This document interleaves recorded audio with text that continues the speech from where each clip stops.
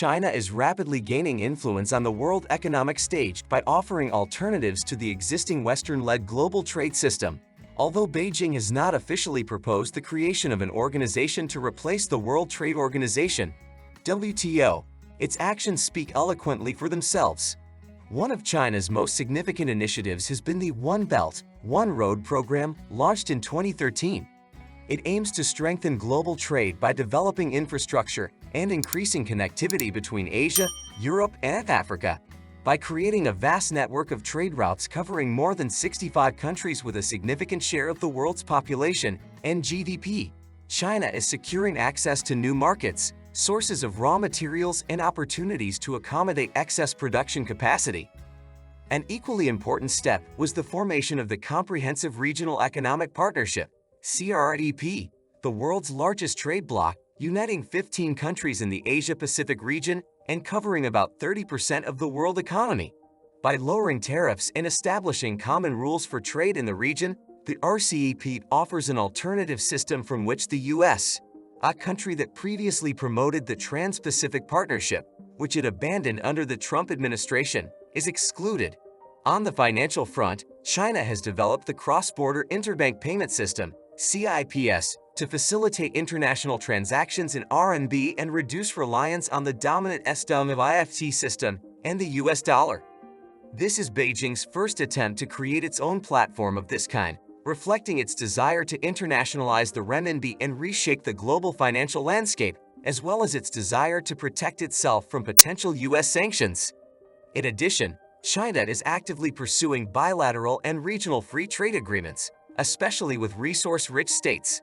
Such arrangements guarantee a stable supply of raw materials for Chinese companies and strengthen Beijing's trade ties outside the traditional Western dollar framework.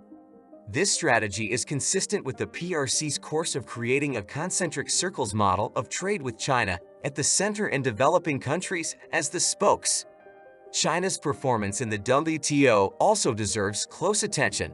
After joining the organization in 2001, Beijing was involved in relatively few disputes for several years compared to other major economies.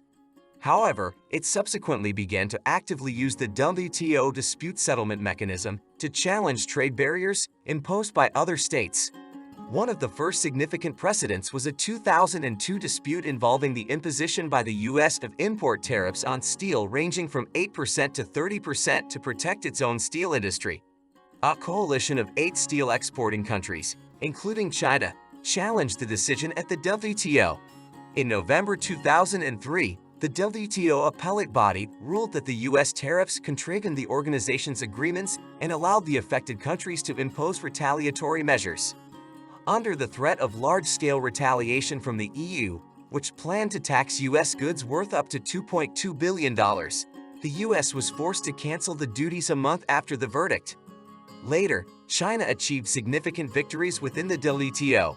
For example, in 2019, the organization sanctioned China's imposition of tariffs on $3.6 billion worth of American goods in response to controversial U.S. anti-dumping duties.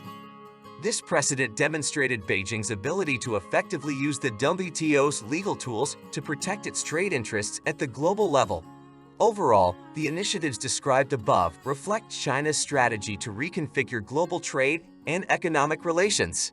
By creating alternative systems and alliances, Beijing is positioning itself as a key player on the world stage, potentially reducing the dominance of Western-led institutions such as the WTO.